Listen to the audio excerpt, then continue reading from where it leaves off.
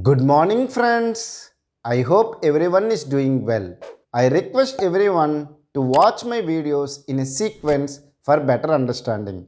If you really like my videos, please press the like button, share the videos with your friends, subscribe to my channel, and even press the bell button to get the regular updates. In the last video, I have discussed about the layers in the OSI model and how the communication will happen between the layers from the sender and also from the receiver point of view. In this video, I want to discuss about the functionalities of each layer in the OSI model. Now, if you see that we have 7 layers in the OSI model. From the sender point of view, it is application layer, we have a presentation layer, we have a session layer, we have a transport layer, then we have a network layer, we have a data link layer, and we have a physical layer. So we will discuss about the functionalities of the each layer in detail.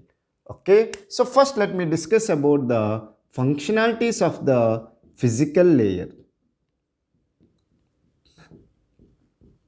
Okay, the functionalities of the physical layer is the data in the physical layer will be represented in terms of bits.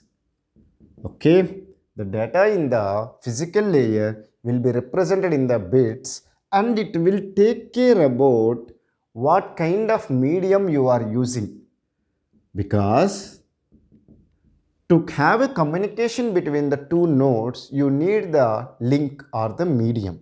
Am I right? So what kind of medium you are using to transfer the data between two devices? Okay, either it can be an optical cable or it can be Ethernet cable. What kind of medium you are using, it will talk.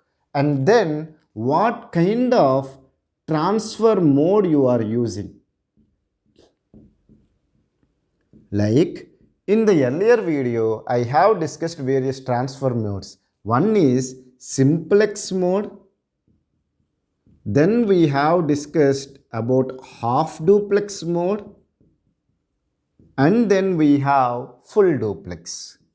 Okay, so even it will talk about the what transfer mode you are using between the device 1 to device 2 when you are transferring the data, whether it is a simplex way of communication, whether it is a half duplex, whether it is a full duplex. Even it will have about the topology, like what topology you are using. I have discussed about what is a topology and what are the various topologies you have. Like we have bus topology, we have ring topology, we have star topology, we have mesh topology, and then we have hybrid topology. So all these things, whether what topology is there in the network, it will talk. Okay, and even it will check what kind of way you are transferring the data, whether you are transferring the data in the unicast way, okay, whether you are doing the broadcast, whether you are doing the multicast. I have already discussed about what is a unicast. From a sender to receiver, only you are transferring the data. Then we will call it as a unicast communication. If the communication is happening between, suppose let's take that you have a network. In the network, if your sender is there and various other nodes are there, R1, R2, R3, R4. So if you are sending a message to everyone, then we will call it as a broadcast communication. Then what is multicasting? If you frame a group of members, then to that individual group only you are sending any message, then we will call it as a multicast. Suppose let's take that, how can I explain this unicast and broadcast and multicast in a simple way? Suppose in an institute we have students and we have departments and all the students are there.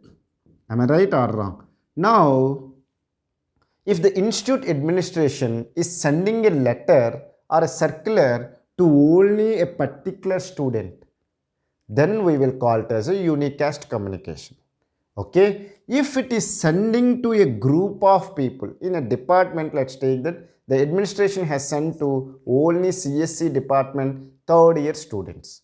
only to them they have sent. Means it is a group of students who are studying CSC and third year. If this information is going or the circular is going to only for them, then I will say that it is a multicast. Okay, to a particular group if we are sending the information, then we'll call it as a multicast. Then what about all the students in the institute? If this common circular goes, then I will call it as a broadcast communication. So physical layer will do about all this functionality, like it will transfer the bits using the medium, and it will check what medium you are using, what kind of transfer mode you are using, and what kind of topology you are using, and whether the communication is unicast, broadcast or multicast. All these things it will be checked by the physical layer. I hope you have understood the functionalities of the physical layer. Okay. I request you to note down these points so that it will be easy for you to do the revision. Okay. And while I am erasing, please press the like button. Okay. I hope you have enjoying the video. Now we will discuss about the functionalities of the next layer, which is data link layer.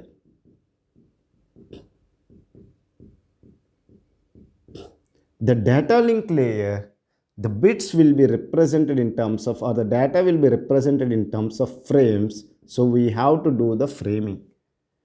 Okay, suppose from the receiver point of view, if you see, we have a physical layer will send the bits. Now the data link layer, it will combine the some number of bits and make it into one frame. So frame is nothing but a collection of bits. So data in the data link layer will be called as a frame. Are you able to understand? In the physical layer, the data will be called as in terms of bits or PDU, physical data unit. Okay, in the data link layer, we will call it as a frame, and we have to combine the collection of bits into a frame. That concept we will call it as a framing. And we have a physical address. In data link layer, we will have a physical address which is 48-bit information. Even we will call it as a MAC address. Okay, the data link layer will provide you the physical address which is a 48-bit information. We will call it as a MAC address. Now you can ask me, sir, how the MAC address will be there? If you see the device, we have a network interface card, NIC. Each network interface card will have a 48-bit information. That information will act as a physical address or MAC address. Okay. Now you can ask me, sir, if I change the network interface card, will the 48-bit information will be changed? Yes. Are you able to understand? Each network interface card will have a unique 48-bit information. So if you change the network interface card of a device, then your physical address will change. Okay. In about the physical address and what this 48-bit address is divided, all these things I will discuss in the coming videos. Okay. Then we have flow control mechanisms. We have to do the data link layer will do the error control. Even it will do the access control. Now let me discuss what is a flow control. Now sender is there and receiver is there. Am I right or wrong? Now if sender is transferring the data very fastly as compared to the capability of the receiver, or let me take a simple example. If I am teaching with the class very fastly by not thinking about the capability of you, then what will happen? There will be no synchronization between you and me. Then obviously you will not understand the concept. In networks, there is no understanding of the concept. If sender is sending some 10 packets per second, okay, and the destination is able to receive only 2-3 packets, then remaining packets will be lost or dropped. Am I right or wrong? So always the sender should understand the capability of the receiver and send accordingly. So the flow control in the data link layer will talk about that one. So we have flow control mechanisms such as stop and wait, go back and select to repeat. These flow control mechanisms will take care about the flow control. So in the coming videos, I will discuss about go back and select to repeat, and stop and wait mechanisms. Okay. Now what about error control? Okay. Whenever you are transferring the data, because of the noise, the data may be corrupted. So the error control will take care about whether whatever the sender has sent has been received by the receiver or not. So you have to do the error correction and also error detection. All these things will be taken care by the data link layer. And then you have access control. Okay, let's take that you have a common medium between in a network. Am I right or wrong? Now let's take that two devices are there. Device 1, device 2 is there. They want to transfer the data at the same time using a common medium. Will it be possible? If you have a common medium, if both the people are sending the data at the same time, what will happen? Collision will happen. In a class, let's take that 60 members are there. Out of 60 members, 10 members want to ask the question to me at the same time. Then what will happen? All the 10 members will ask the question to me at the same time. Then what will happen? All their voice will mix and there will be a collision. I could not able to understand anyone's voice. Am I right or wrong? So access control will take care about this one. Okay, we have various access control mechanisms like contention based, contention free, all these things like we have Aloha, slotted Aloha, CSMA, CSMA by CD, even we have time division multiple access, frequency division multiple access, code division multiple access. All these things we will discuss in detail in the coming videos. So I hope you have understood about the functionalities of the data link layer. One is that it will do the framing, it will take care about the physical address, flow control, error control and access control. Let me discuss about the functionalities of the next layer, which is a network layer.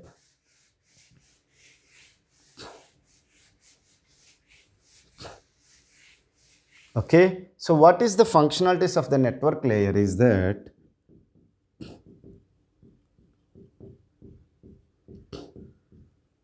the data in the network layer is called as a packet. Okay, so at the receiver's point of view, the data will come from to the network layer from the data link layer. And one more thing I forgot to tell you, the data link layer is further divided into two layers. One is MAC layer and also the logical link layer. This is very important, I forgot to tell you. So please note down this point. Data link layer is further divided into MAC layer and logical link layer. Okay. So coming to the functionalities of the network layer, we have the data in the network layer will be called as a packet. Okay. And it will talk about logical address. Okay, logical address, if it is IPv4, means IP version 4, it is a 32-bit information. Okay, now this logical address is divided into two parts. One is that it will have the network ID and it will have the host ID. Okay, so we have class A, class B, class C, class D, and then we have classless. All these things we will discuss in the coming videos. Now, logical address is 32-bit address if it is IPv4. If it is IP version 6, it is a 128-bit information. So, if it is 32-bit information, the logical address is divided into two parts. One is network ID and another one is host ID. What is the purpose of this host ID? What is the purpose of network ID? I will discuss. Please listen. Suppose a data is transferring between the networks. Suppose one network is there, another network is there. Okay. A device in one network want to communicate the data into the device 2. First, it has to identify the network, which network you want to transfer. So, network ID will be useful to identify the network, because in a internet we will have so many networks. Am I right? Whatever the destination you are transferring, in which network it is there, will be identified with the help of network ID.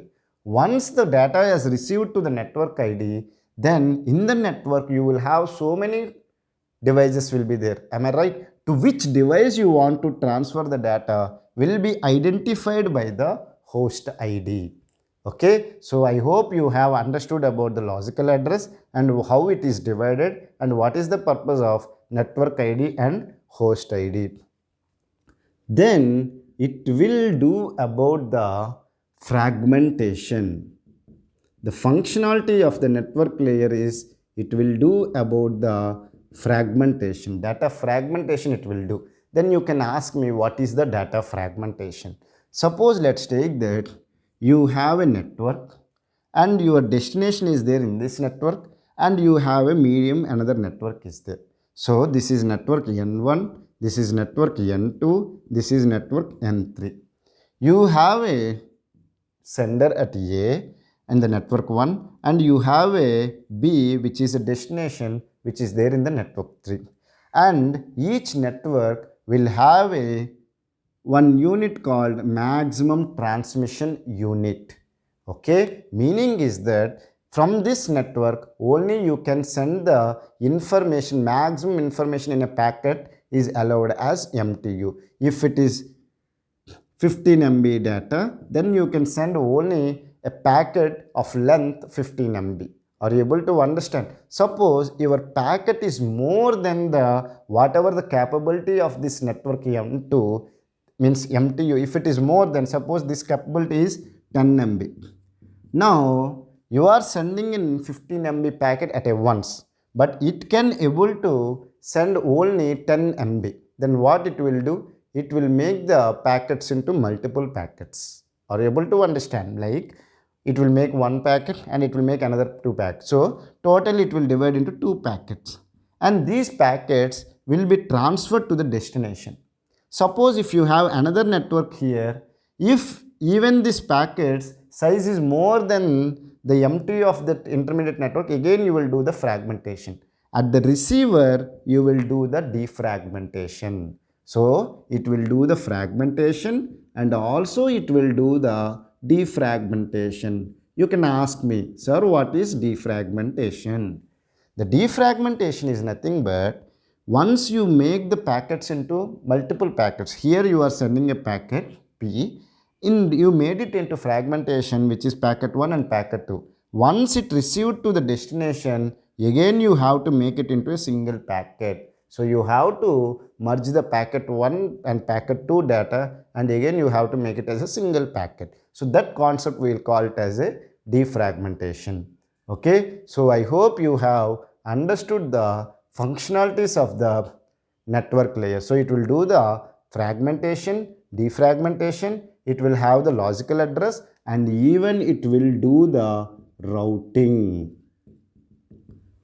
Okay, what is meant by routing is that if you see the in between networks we will have a router. I did not use the word till now router. Router is a network device which consists of three layers. One is physical layer, data link layer and also network layer. So whenever the packet is coming, it can able to identify its IP address. So based on the IP address to which network the packet has to go, the router will understand. So what we will do using the network layer in the routing is that at the each router we will create a routing table. Okay, during the routing at the each router we will create a routing table. Then what this routing table will consist of, because this router can be connected to multiple networks. Am I right or wrong? So whatever the information is coming from a source and it want to send to some destination, then to which network it has to transfer, because this router is connected to multiple networks. So which network it has to send will be identified with the help of a router. Okay, so that will be given with the help of a routing table. Are you able to understand? So routing is nothing but you are constructing a routing tables such a way that the packet will be transferred from source to the destination. Okay, if you have multiple paths to transfer the data from source to destination, which path you have to select, we will call in terms of routing. Okay, we have various routing protocols are there. We will discuss them in detail in the coming videos. So I hope you have understood the functionalities of the network layer. Now let me discuss about the functionalities of the transport layer. Okay, let me discuss about the functionalities of the transport layer. The transport layer, we will call the data as a segment. Okay, and we will have a service point address which is called as a port number which is 16-bit information. I will discuss about the port number in the coming video, so you can understand that it will have an address called a service point address, even it is called as a port number which is a 16-bit information. It will do the segmentation, okay, and it will do the multiplexing and demultiplexing. Even it will do the flow control and also the error control. Are you able to understand? These are the functionalities of the transport layer. The data in the transport layer will be called as a segment, and we have a service point address which is a 16-bit information. We will do the segmentation. Every network will have a maximum segment size. So if the packet is more than the maximum segment size, then it will make it into segments, then it will be transferred to the network layer and it will take care about the remaining things. Then we have the multiplexing and demultiplexing. This one, if you see the communication, we will have in device 1 we have a device 2. Device 1 will have a port number. To the port number of this one we have to communicate. That one we will call it as a interport communication. Suppose you are using some application. Each application will have a port number. So actually the communication should be happened from the port to port. Okay. So however, first the packet will be gone to the network layer. Then from network layer it will go to the data link layer. Then it will come to the physical layer, then data link layer, then network layer. So it will get the information. Suppose from various ports the packet will come. All the packets it will combine and it will make into segments and it will be sent to the network layer and data link layer, all these things. So when it comes to here, you will get a one segment from the network layer. Then that segment you have to make it into small information such a way that it will go to the packet. So that's one we will call it as a multiplexing, because the information maybe belongs to multiple ports. So there we will call it as a multiplexing and demultiplexing. And we have a flow control mechanism. Already we have discussed what is a flow control. So flow control and error control will be done at the data link layer and also at the transport layer. Then what is the difference is that transport layer will do the flow control from end to end. Okay, whereas data link layer will do the flow control and error control from hop to hop. All these things I will discuss in detail, don't worry. So there is a difference between flow control in the transport layer and also in the data link layer. Now we will discuss about the functionalities of the session layer. Then we will discuss about presentation layer. Then we will discuss about the application layer. So first let me discuss about the session layer.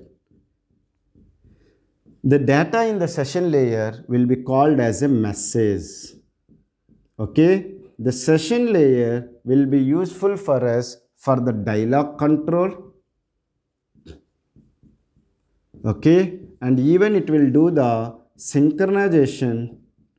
Okay, dialog control it will do the synchronization and actual, like you have a data, and it will helpful for you to create the session between the source and the destination. How you will create the session is that you will transfer the username and password, and then it will check the username and password, then it will create the session between the source and the destination, and then it will do the dialog control and also it will do the synchronization. Okay, so I hope you have understood the functionalities of the session layer. Then let me discuss about the functionalities of the presentation layer.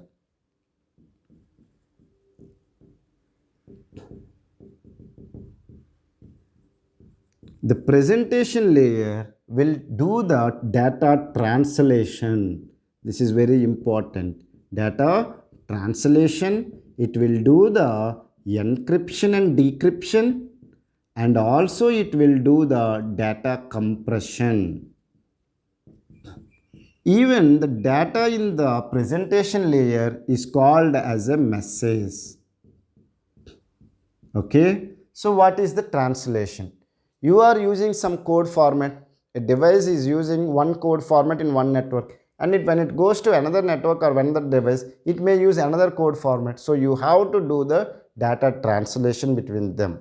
Okay, and then what is encryption and decryption? Suppose if you want to transfer the data secretly, means your data should not be leaked to some other third person, then you have to do the encryption using the public key encryption or private key encryption. All these things we will discuss in the network security. So you are doing the encryption, or in childhood you would have do one thing. Suppose whatever you want to say anything, if someone should not understand, then you will use the ka bhasha. Meaning is that suppose if you want to say apple, then what they will add is that they will write it as KA, KP, KP, KL, KE. So those who listens this information, they will not understand, but that the receiver's point, he will remove each K and he will make it as APPLE. So the source and destination can understand, but however, if someone intermediate person understand this, whatever the communication you are doing and what is the strategy you are using, he can also decrypt it. So your encryption decryption should be very strong. Then what is data compression? If you are sending a large amount of data using the network, then you are consuming lot of bandwidth. So before sending the data, the presentation layer will compress the data and send it. And the information in the presentation layer is called as a message. So I hope you have understood the functionalities of the presentation layer. Coming to the application layer, it will talk about the end user applications such as email service or network virtual unit terminal. All these things are the application layer. So each application should provide the functionality like email service, okay, like some other application service or network virtual terminal. All these will be provided by the application layer, and the information in the application layer is called as a message. So I hope you have understood the functionalities of all the layers in the OSI. If you still have any doubts, feel free to ask me the doubts in the comment section. I will try to clear your doubts in less than 24 hours. If you really like the video, please press the like button, share the videos with your friends, subscribe to my channel, and even press the bell button to get the regular updates. Thank you for watching my video. Have a nice day.